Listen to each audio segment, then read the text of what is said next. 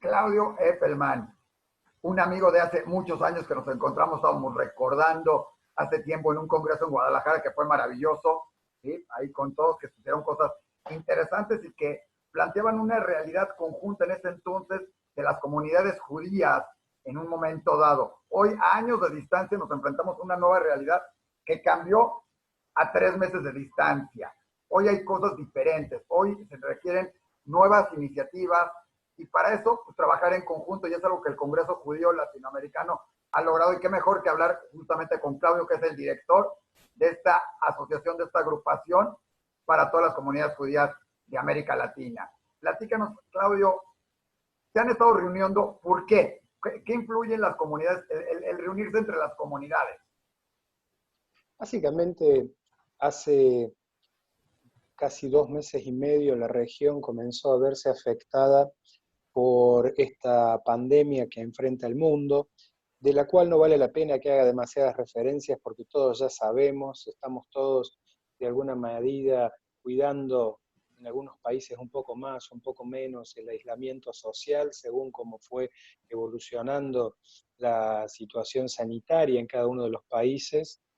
Y mucho se habla del impacto que esto ha tenido en el mundo, del impacto que ha tenido en la economía, y simplemente quisiera agregar la faceta del impacto que esto ha tenido en la vida judía y que prevemos que va a tener hacia adelante también en la vida de nuestras comunidades. Entonces, ¿cómo analizar esto? Y esto tiene que ver básicamente en esa faceta de pensar cómo va a analizar a las comunidades, nos ha llevado a hacer una serie de encuentros, una serie de reuniones. Hemos tenido, con la estrella de esta pandemia, la vedette que ha surgido, que es Zoom, y todas las plataformas digitales que han acompañado la posibilidad de generar encuentros a lo largo de estos meses, la posibilidad de reunirnos con cada uno de los presidentes de las comunidades judías de la región. Lo hicimos en forma grupal, en forma individual, fuimos analizando y profundizando la situación en cada uno de los países, tratando de entender y de sensibilizarnos acerca de cuál es la realidad de cada una de las comunidades y cómo el resto de las comunidades judías y el Congreso Judío Latinoamericano y el Congreso Judío Mundial podíamos ayudar a los procesos que se estaban dando como procesos nuevos para las comunidades. Entonces, en esta lógica es que hemos tratado de aprender, hemos sacado algunas conclusiones, estamos compartiéndolas, estamos generando que la experiencia de una comunidad sea útil a la otra, estamos haciendo que quienes tienen preguntas puedan preguntarles a quienes tienen respuestas. Y una cosa práctica que ha sido una cosa que ejemplifica esto que estoy diciendo, es que, como decía, el ciclo de la pandemia en América Latina viene retrasado en función de cómo evolucionó en Europa. Entonces, cuando estaba llegando aquí a la región, básicamente todas las comunidades activaron sus planes de crisis, quienes no lo tenían tuvieron lamentablemente que verse forzados a improvisar, algunas estaban más estructuradas, con más planificación, y lo pudieron hacer con mejores capacidades, y generamos desde el Congreso Judío una articulación a nivel regional de todos los sistemas de crisis, el sistema de crisis general, el sistema médico, el sistema de ayuda psicológica, el sistema de compartir algunos protocolos de lo que significaban algunas intervenciones, de cómo debían funcionar algunos servicios comunitarios, los entierros en los cementerios, que algunas comunidades tenían mucho más desarrolladas que otros y nos permitió hacer un intercambio de experiencias. Y acá es donde justamente la comunidad judía de España y la comunidad judía de Italia, que venían con varias semanas de anticipo en el desarrollo de la crisis, conversando con ellos, intercambiando con ellos, nos permitió anticipar qué es lo que nos iba a pasar.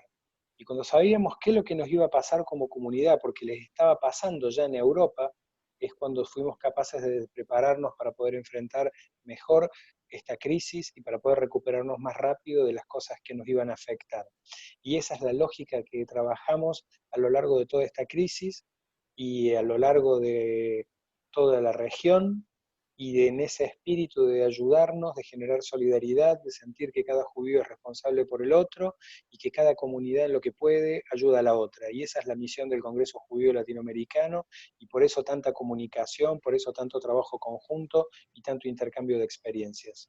Oye, yo sé que cada situación de cada país es diferente, cada país, como ente, ha tomado medidas diferentes ante el coronavirus, algunas permitiendo la salida, otros permitiendo, manteniéndolo a casa, cada uno ha hecho sus pininos dentro de esta lucha contra el coronavirus. Y dentro de esto también las comunidades judías, como tú lo mencionas. Pero dime, de esto que dialogaste con los presidentes, luego con los ejecutivos y con cada uno, ¿cuáles fueron algunas medidas conjuntas que se tomaron o recomendaciones? Por ejemplo, en México sabemos que para ir a un entierro se requiere que solo vayan los familiares muy cercanos y ciertas medidas. Pero ¿qué recomendaciones hubo? Porque como dices, algunas son más avanzadas, otras no más avanzadas, unas tienen otras estructuras diferentes a otras comunidades. Algunos ejemplos de esto que se decidió, y qué bueno saber que además venía con recomendaciones no nada más de Latinoamérica, sino de Italia, de España y seguramente de otros lados del mundo, ¿no? Sí, bueno, lo que tiene esto es de cuando uno tiene un sistema de intercambio, de solidaridad, en el sentido de que no es mezquino y que las soluciones que piensa para uno está dispuesto a compartirlas con los otros, lo que hace nos hace más fuerte como red sistemática de comunidades judías. La primera cosa que todas las comunidades decidieron hacer es, de nuevo, en su medida, en su idiosincrasia y en su lógica, activar planes de crisis. ¿Por qué? Porque la realidad que enfrentábamos era distinta a la que estábamos acostumbrados. Cuando los gobiernos decidieron eh, comenzar con las distintas medidas de aislamiento social, impactó esto directamente en las comunidades.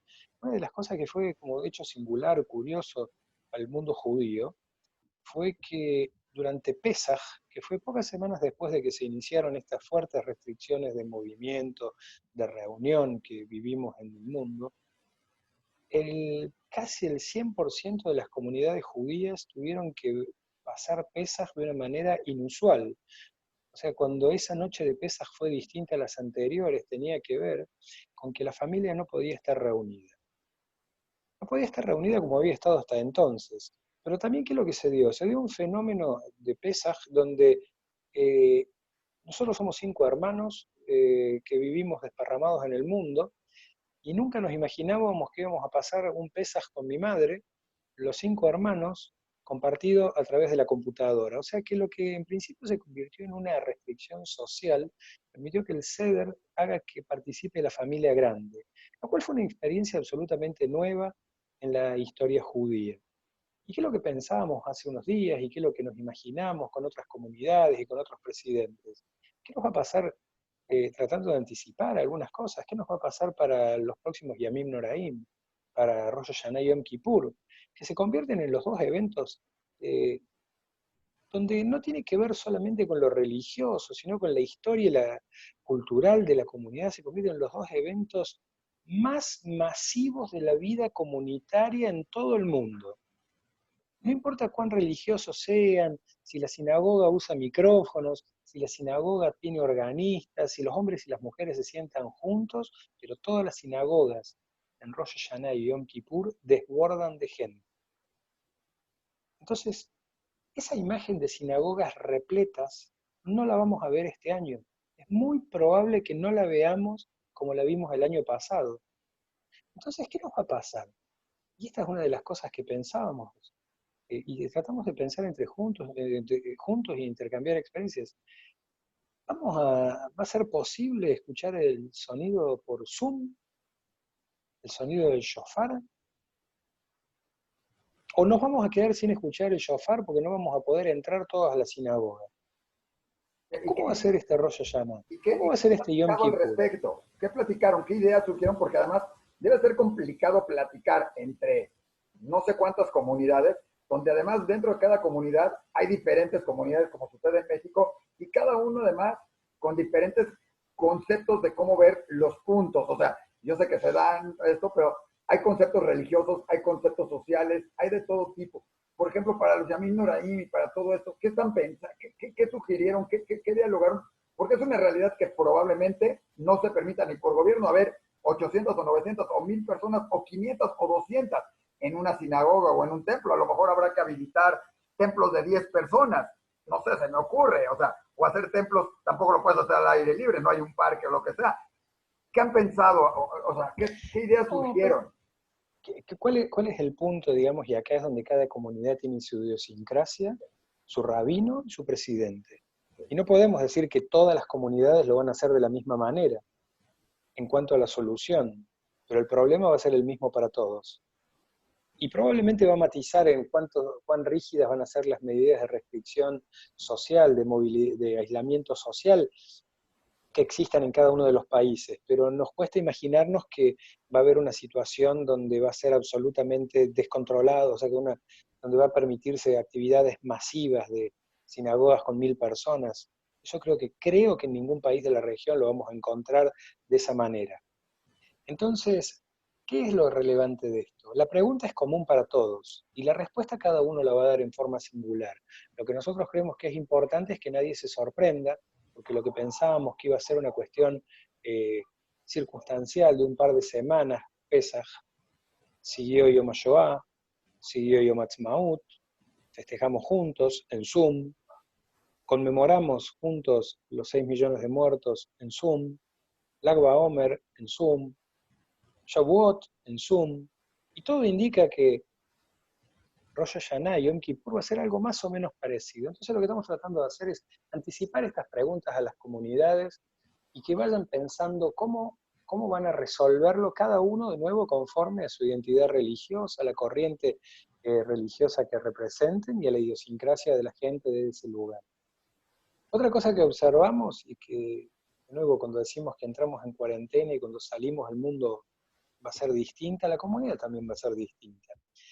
Encontramos una gran cantidad de actividades en plataformas virtuales, invitaciones permanentes a participar de actividades, a participar de conferencias, a participar de distintas charlas, distintas convocatorias que lo hicieron en una manera absolutamente transnacional, donde permitieron que pueda participar gente de cualquier lugar del mundo en una convocatoria de una actividad que organizaba uno en Colombia, o en México, o en la Argentina, y de repente un mexicano podía hablar en una actividad organizada por una sinagoga argentina, o en un club de Colombia podía hablar alguien que vive en Francia o que vive en Inglaterra, y en la audiencia podía haber gente de muchos países.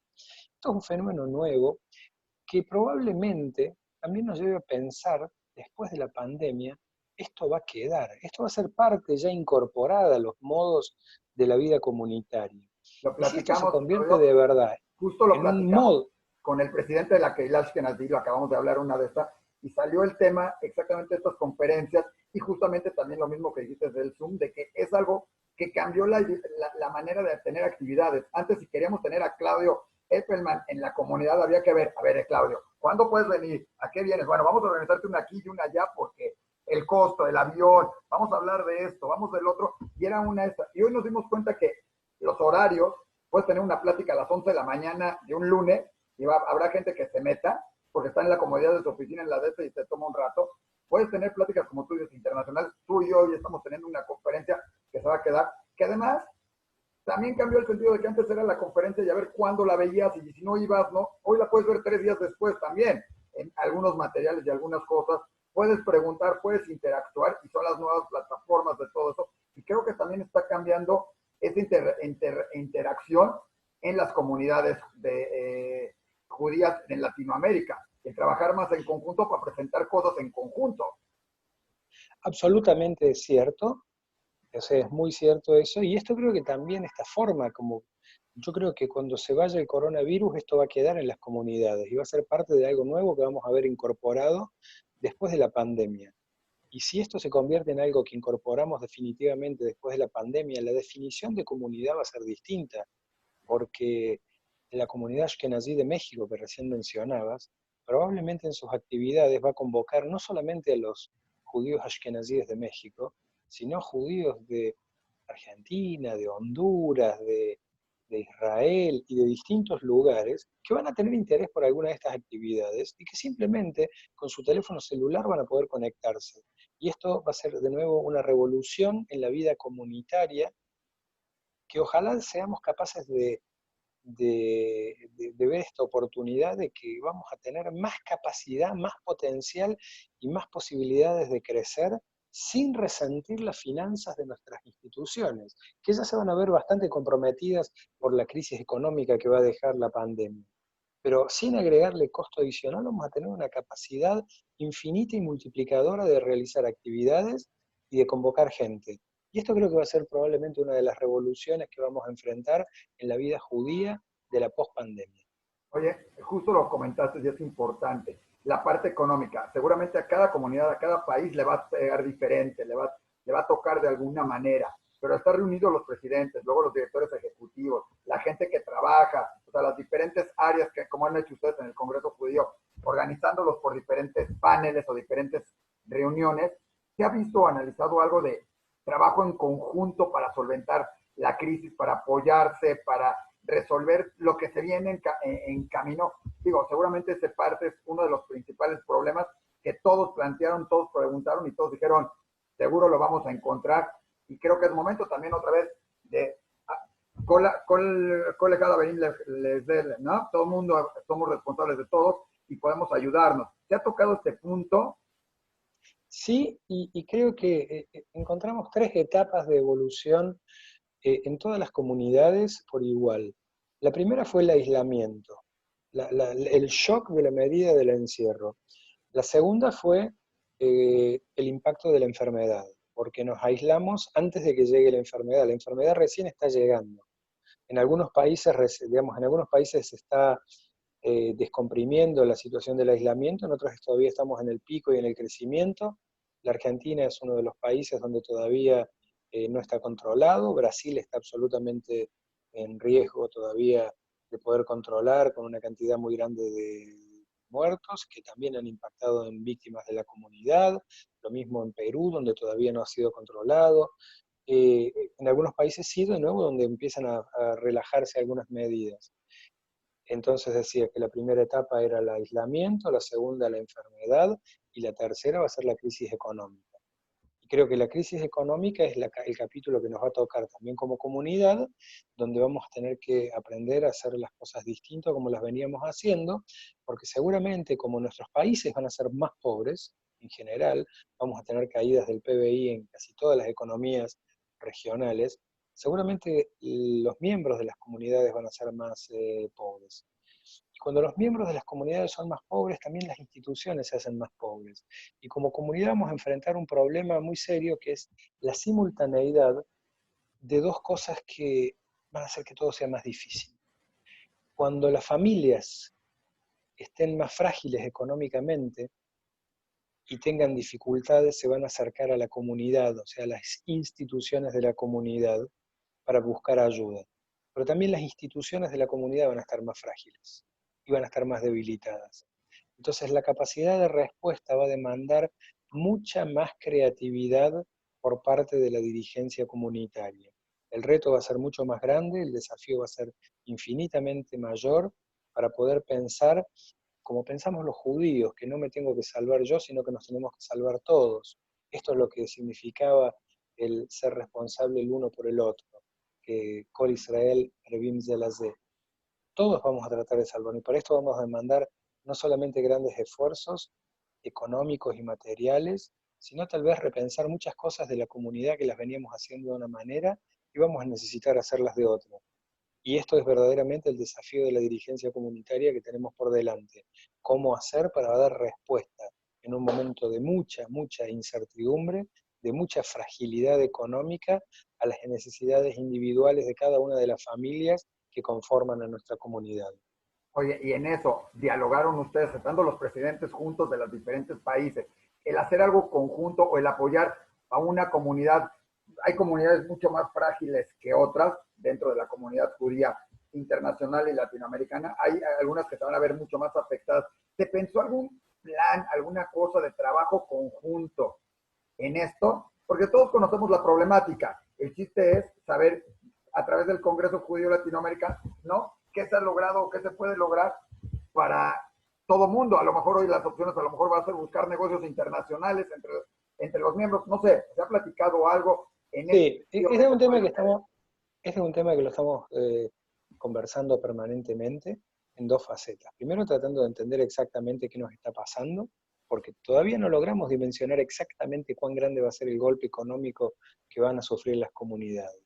Y en segundo lugar, que tener la oportunidad de intercambiar las opiniones, las visiones y las buenas experiencias de algunos que tienen mucho más avanzadas soluciones para que puedan compartirlas con otros. Definitivamente hay una dificultad de pensar en soluciones globales porque verdaderamente es muy difícil pensar la misma solución para todos. O sea, México es una comunidad suficientemente grande y el ejemplo es elocuente de mostrar la diversidad de judíos que hay en México, y hacer que todos se pongan de acuerdo para llevar adelante una misma idea tendría una dificultad muy grande, solamente para hacerlo en México. Claro. Casi tan grande como para hacerlo solamente en una sola sinagoga de México. O sea, hacer poner de acuerdo a todos los judíos de una sola sinagoga es una gran dificultad. Donde Imagínate hay dos hacer poner judíos, hay de tres. acuerdo, a todos los judíos. Esto es una cosa difícil. Pero sí creo que es lo positivo donde podemos avanzar en, de nuevo, lo que alguien exploró y sirvió, cópienlo. Y si lo exploramos y no funcionó, no pierdan el tiempo, vayan por otro camino. Esto da una capacidad de desarrollo muy buena y bueno, y esto es la ventaja que tiene de cuando trabajamos en conjunto. Oye, dentro de ese trabajo conjunto también entran dos cosas externas, pero importantes. Ya sé que cada país es diferente y cada uno, pero uno es la relación con Israel. Hace poco platicábamos con el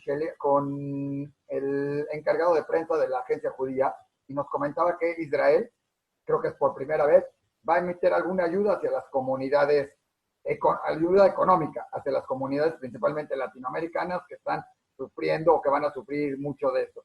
¿Tú cómo crees o cómo ha platicado mucho la relación diáspora, comunidades judías de la diáspora, con Israel? Lo comentaron, lo tocaron, porque también es un punto medular en todo lo que representan las comunidades, ¿no? Mira, hemos iniciado un proceso de trabajo conjunto con el Ministerio de la Diáspora de Israel, con la Agencia Judía para Israel y las comunidades judías, donde vamos a tratar de pensar entre todos y de nuevo con algunos recursos materiales limitados, quiénes son los que más van a tener necesidad, quiénes son los que más urgencia van a tener, para tratar de ver cómo podemos de nuevo eh, repartir algún tipo de ayuda. Y esto tiene que ver justamente con eso, cuando nos pensamos como pueblo judío y no como comunidades aisladas en el mundo. Porque si nos definimos como una comunidad aislada, que decidimos que vivimos en un país, no interactuamos con otra, no participamos en las pláticas de presidentes, las reuniones de directores, de rabinos, de voluntarios, de jóvenes y de activistas, no tenemos vínculos tendidos con las organizaciones comunitarias de otros países y de Israel, bueno, al momento de que tenemos un problema también estamos solos. Pero cuando nos vemos como todos partes de un pueblo judío, que vivimos en la diversidad de religión, en la diversidad de cultura y también en la diversidad geográfica, y todos nos vemos iguales, nos ayudamos los unos a los otros. Y esto creo que es lo que tiene que ver, cuando fortalecemos los vínculos con Israel, hoy Israel tiene también alguna capacidad de ayudar a las comunidades judías y lo está mostrando una vez más que así lo está haciendo. Oye, tiene que cambiar la relación diáspora-Israel, Israel-diáspora en este sentido. Platicaste un poquito al respecto, pero tiene que cambiar radicalmente cómo se veía, cómo era esta relación, donde la diáspora iba, aportaba, ayudaba, estaba, lo tenía presente como un Aksharalía, etcétera, etcétera, etcétera. Israel recibía en muchos sentidos, aportaba en otras cosas, principalmente en la parte educativa o de la relación y el vínculo. Tiene que cambiar esta relación ahorita, tiene que ser diferente por ambos, como tú dices, has estado platicando con la agencia judía, con todo. Tiene que haber nuevos puntos. ¿Qué ven las comunidades de la diáspora hoy como, primero, su responsabilidad hacia Israel, no sé si lo tengas, y de Israel hacia ellos? ¿Hay alguna cosa que tenga que cambiar? No, lo que creo básicamente es que de vuelta, como nos vemos todos como parte del pueblo judío, alguna vez las comunidades ayudamos a Israel, otra vez Israel ayudó a las comunidades, y tal vez la próxima nos toque de nuevo las comunidades ayudar a Israel, y acá se trata justamente de eso, de hacer un clearing de ayudas, y cuando uno puede le toca siempre tener una mano recíproca hacia el otro.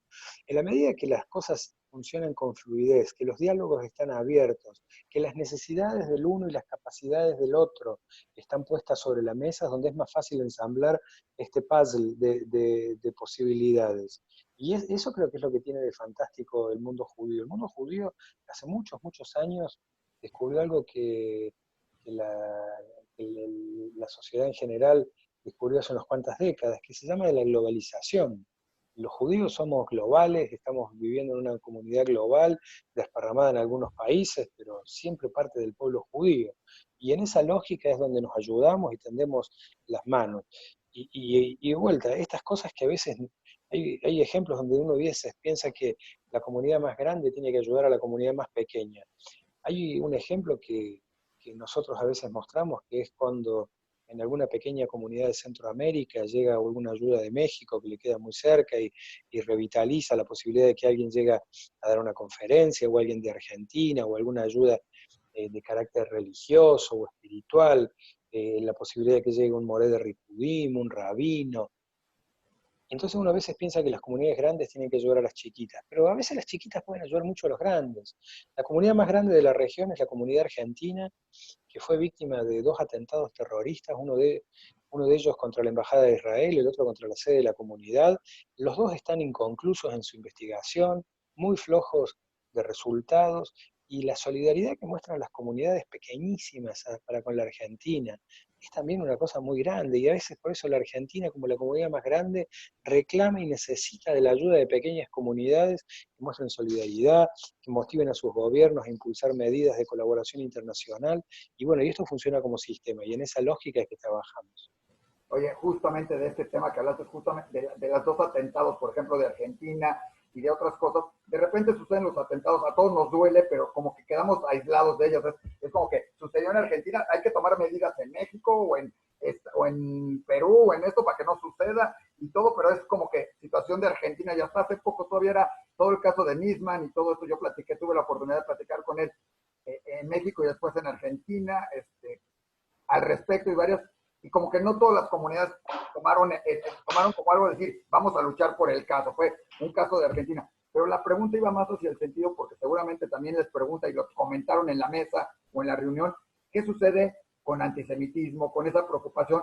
Porque muchos estaremos hoy pensando en el coronavirus y en todo esto, pero ya vimos muestras de medios, nos han llegado esto. Justamente sucede lo de Floyd en Estados Unidos y aparecen mensajes de así sucede en Israel o así son los judíos y los judíos trajeron el coronavirus. O sea, toda esta maraña de cosas que van sucediendo, se analizó un poco lo que puede suceder en ese sector, lo que es el antisemitismo, el antiisraelismo, la mezcla de las dos en estas reuniones y qué puede hacer también en conjunto en esto, porque hoy también es una lucha global, no puede ser algo de cada uno. Sabemos que Chile, por ejemplo, tiene una gran cantidad de comunidad palestina, por ejemplo, que no es lo mismo que México, que no es lo mismo que Perú, que no es lo mismo que Argentina, cada uno es diferente, pero hay una cosa que sí es pareja. Existe el antisemitismo y existe el antiisraelismo y existen muchas cosas. Lo platicaron, lo ven, ¿cómo lo ve el Congreso Judío Latinoamericano en ese sentido? Bueno, hay dos cosas que me parece importante señalarte. La primera, como bien dijiste, cuando aparece la pandemia, los judíos tienen la culpa de la pandemia. Cuando aparece la brutalidad policial en Estados Unidos con una víctima negra y que muestra el racismo en los Estados Unidos, los judíos tienen la culpa del racismo en los Estados Unidos. Y así podemos listar un montón de cosas. Pero creo que esto no es nuevo, el hecho de decir que la coyuntura va cambiando la formulación de los argumentos, pero no el ánimo de segregación, de hostilidad y de odio. O sea, ¿qué quiero decir con esto? Cambian los modos, pero la esencia es la misma. El odio, intolerancia, la falta de convivencia, la negación de la diversidad y del pluralismo. Y esto creo que es la parte de la historia del antisemitismo como su condición. Siempre cambiaron los argumentos, pero seguían sin querer.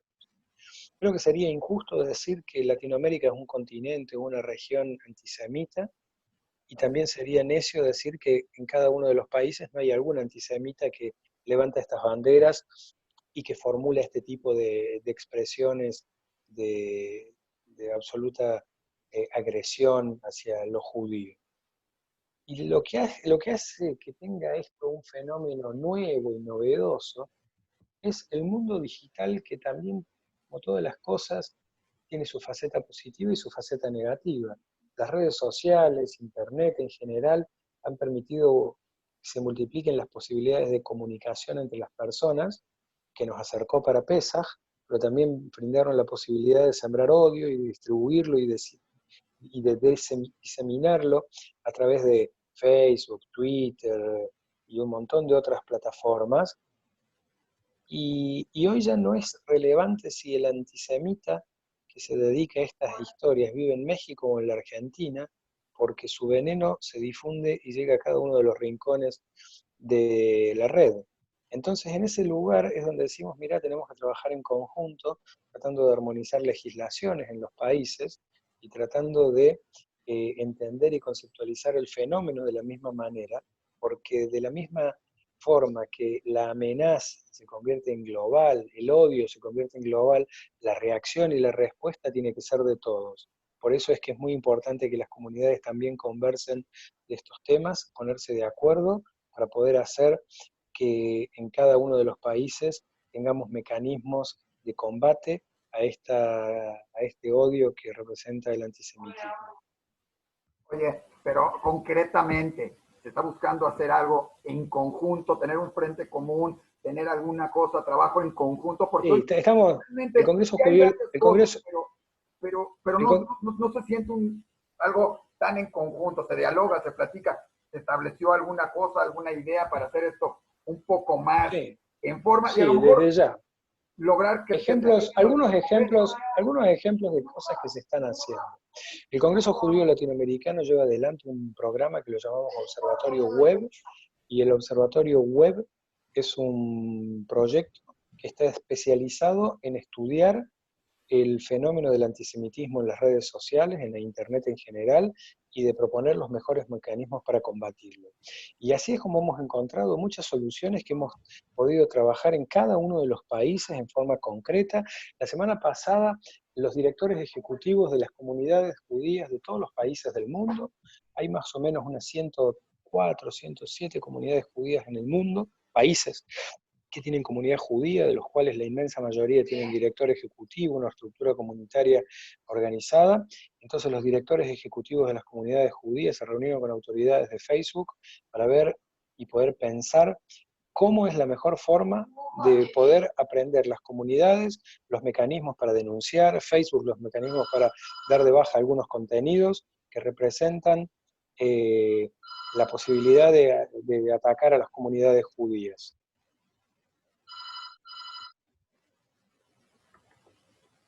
Contesta si quieres. Sí, necesito. Contesta, contesta.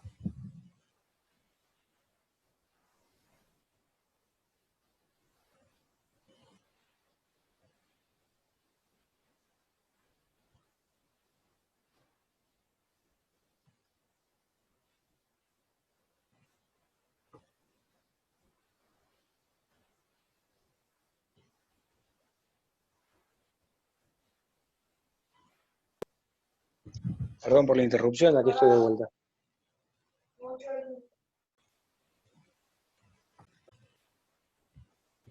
Me estabas hablando de los planes de acción conjuntos, en No, esto es lo que es. cosas que hace el Congreso Judío Latinoamericano, en este sentido, como lo estabas comentando, de acciones de los planes que tienen para lograr iniciativas, firmas de convenios, por ejemplo, de los gobiernos adherirse a las acciones o a las declaraciones de que es antisemitismo. Recientemente Argentina acaba de adherirse en algunas cosas. Creo que es importante que eso, ¿no?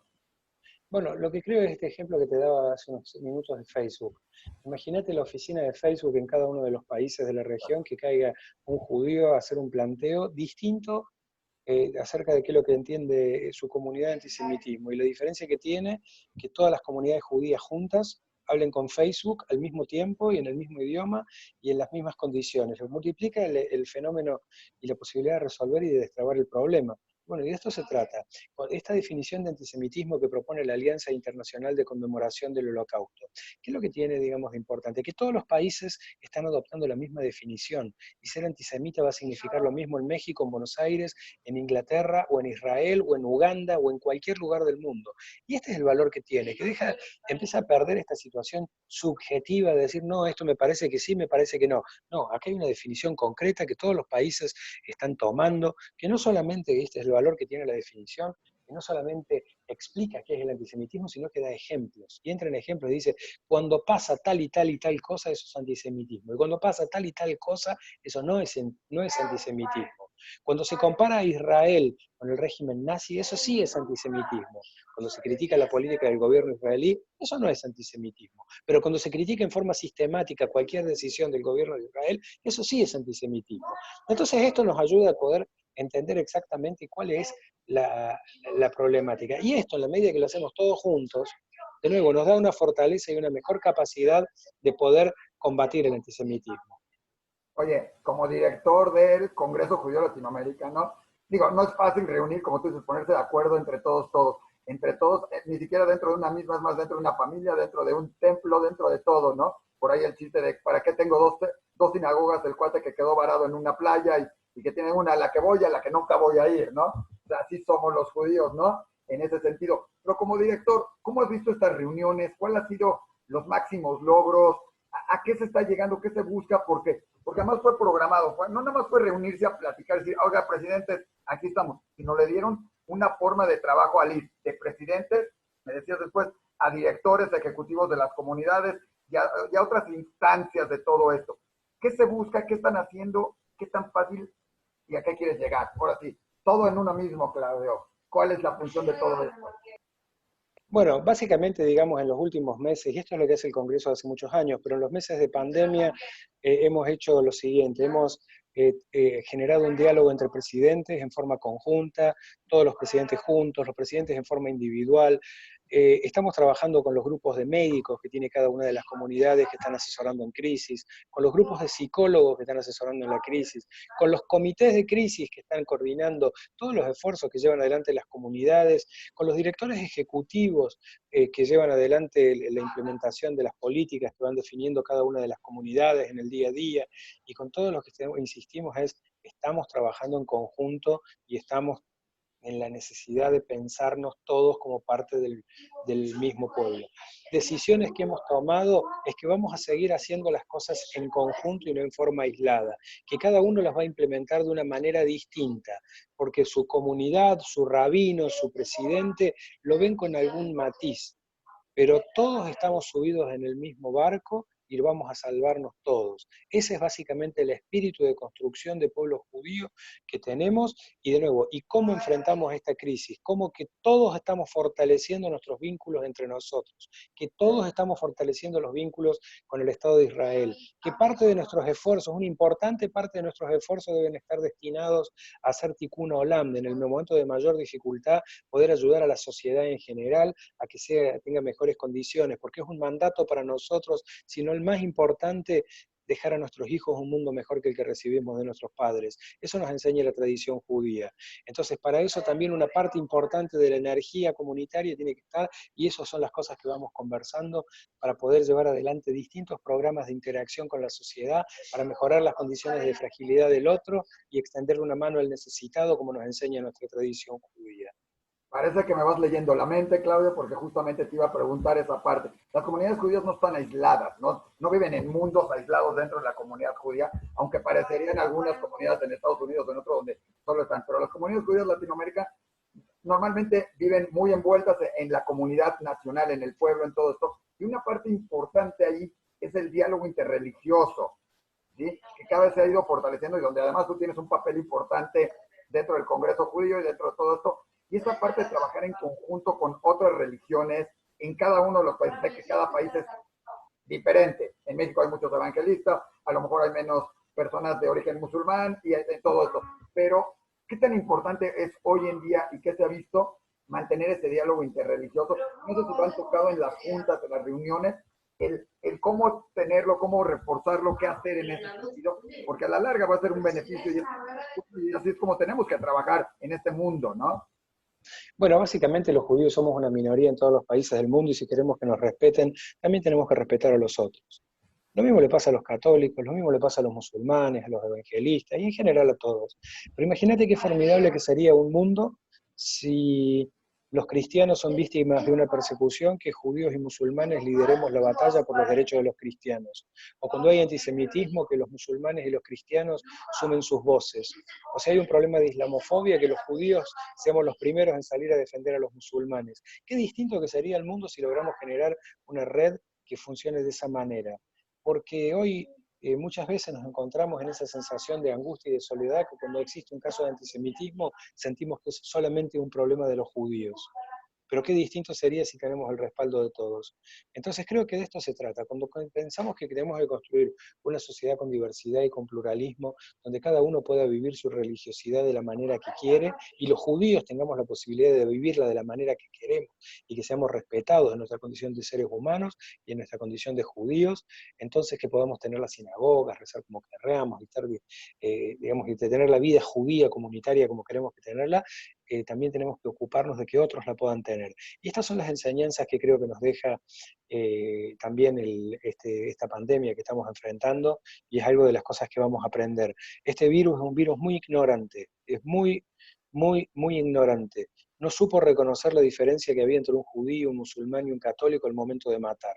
Es tan ignorante que no supo entender cuánto era el valor de la cuenta en el banco que tenía un rico y un pobre. Los mató por igual.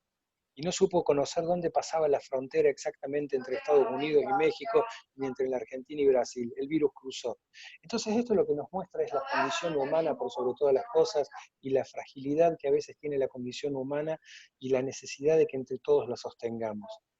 Y en esa lógica es que creo que tenemos que pensarnos como sociedad, y de plantearnos que la fraternidad se tiene que convertir en un valor más, que tenemos que ponderar más a la salida de esta pandemia, y que tenemos que hacer más esfuerzo de nuevo para encontrarnos como hermanos reunidos en un marco de mucha convivencia, de mucha diversidad y de mucho respeto por el pluralismo. Oye, Claudio, ya para terminar, y justamente además con lo que estabas hablando y como amigos que te conozco y todo, para Claudio Eppelman, no nada más como director del Congreso Judío Latinoamericano, no nada más como la parte de interreligiosa, esto todavía le cuelga, va a durar, pero algún momento va a acabar, va a parar, y a lo mejor habrá una vacuna, una cura, y entonces nos podremos olvidar y volveremos a lo que era una parte tradicional y costumbrista. ¿Cómo lograr que todo esto que se está fortaleciendo, que nos está dejando de enseñanzas, que nos cambie un poquito, perdure después, que nos los deje y no volvamos a caer en cosas que no suceden, que estaban a lo mejor mal, o que no eran correctas, o que no eran lo más idóneo, o que tenemos que aprender de esto y que nos tiene que dejar? ¿Qué nos tiene que dejar? ¿Cómo mantenerlo? Porque dentro de poco a lo mejor decimos, pasó, ¿te acuerdas cuando ya nos salíamos? Ya en México nos tocó una epidemia hace unos años, 2009, y las cosas van pasando y volvemos otra vez. ¿Cómo hacer para que estas lecciones que hoy estamos aprendiendo, no me refiero a cómo usar el Zoom, porque todos lo aprendimos y seguramente mañana usaremos WhatsApp, esto, o Facebook y yo qué sé qué más, las lecciones morales, las lecciones que nos dejó, las lecciones de trabajo, de interrelación, ¿cómo hacer para que perduren, para que queden como algo diferente, algo que nos enseñe que esto es, todos somos responsables? Porque además es algo que, el virus es ignorante, pero lo que sí supo hacer el virus es enseñarnos que unos somos responsables del otro en todos los sentidos, porque aquí no importaba si tú te enfermabas, importa que al enfermarte tú, el problema era que enfermaras a los otros. Pues ya no es como si bebí chin y puedo tener un accidente y me sucede algo, no, tienes que cuidarte tú porque tú cuidas a los demás, ya como tú dices. Entonces, ¿cómo dejar que esas lecciones se nos queden, fortalecerlas, y a lo mejor encontrarnos un mundo diferente dentro de esto, y unas comunidades judías latinoamericanas totalmente diferentes en muchos sentidos dentro, donde no importen muchos factores que hoy, tú hablabas al principio, para eso, de qué importa de si en una comunidad prenden micrófono o no lo prenden, si en una sucede esto o no el otro, si esta parte religiosa, si esto es esto, si uno estudia o habla con la O, o el otro habla con un acento argentino, o el otro esto. Eso hoy quedó olvidado, no me importa, yo soy responsable tuyo, todos se nos olvidó, eso pasó un segundo término. ¿Cuántos darían hoy, no importa cuál templo fuera, con tal de ir al templo, tener un rezo, sea como sea? Escuchar el shofar en los Yamim Noraim, sea como sea. Digo, dentro de la cada idiosincrasia, pero muchos detallitos van a quedar, que quedan ahorita como menores. ¿Cómo hacer para que esos detallitos queden realmente como menores? Sea lo importante. Bueno, ojalá seamos capaces de aprender porque esto nos enseña ya el Talmud desde el principio de nuestra historia, que todo lo que olvidemos lo vamos a volver a repetir y va a ser peor. Y ojalá podamos aprender de nuestra historia para poder proyectar nuestro futuro. Ahí va a tener mucho que ver la dirigencia comunitaria, pero mucho también va a tener que ver cada uno. Como comunidad, sí va a tener que ver los grandes procesos, quienes más responsabilidad tienen. Pero como personas, cada uno tenemos que aprender los valores esenciales que esto nos vuelve a recordar y ojalá seamos capaces de poder cristalizarlos y aprender para que no nos vuelva a pasar. Porque si nos pasa dos veces igual de mal, es verdaderamente porque somos un poco torpes y a mí por lo menos no me gustaría ser percibido en esa condición. Me gustaría ser percibido como alguien que tuvo un problema, aprendió y ante la misma circunstancia a la vez siguiente lo hizo de una manera distinta. Y ya para terminar, ¿qué recomendaciones vendrían, digamos, desde tu parte o del Congreso Judío Latinoamericano hacia todas las comunidades judías? ¿Qué les dirías? No nomás ahorita para salir, porque eso para un futuro. ¿Qué podemos hacer? ¿Qué se tiene que hacer? ¿Cómo verías a las comunidades judías latinoamericanas? Y junto con el Congreso Judío, ¿no? Interactuando cada vez más una con otra, compartiendo cada vez más, abriendo cada vez más diálogo, tratando de vencer las diferencias que tenemos entre nosotros, que nos matizan, pero que no nos hacen distintos. Verdaderamente creo que mientras más hablemos, más nos relacionemos. Esto es lo mismo que aprendemos de la tradición judía, que un hombre solo es frágil, un hombre en comunidad es muy fuerte porque la comunidad lo protege. Pero si las comunidades conforman comunidad, y ese es el trabajo del Congreso Judío Latinoamericano, del Congreso Judío Mundial, es convertirse en la comunidad de comunidades, verdaderamente vamos a tener la oportunidad, sí, de ser más grandes y más fuertes. Y ojalá todos seamos capaces de aprender esa lección. Pues muchísimas gracias, Claudio. No sé si tengas algo más que decir, nos quieras decir algo más. Yo creo que tu última frase fue la parte muy importante de todo esto y es de las lecciones que nos debe dejar esta pandemia y que nos fortalezca a todo el mundo y a todas las comunidades y a cada uno en lo particular. Ojalá así sea. Gracias a vos por la oportunidad de conversar con todos los que nos están viendo. Gracias.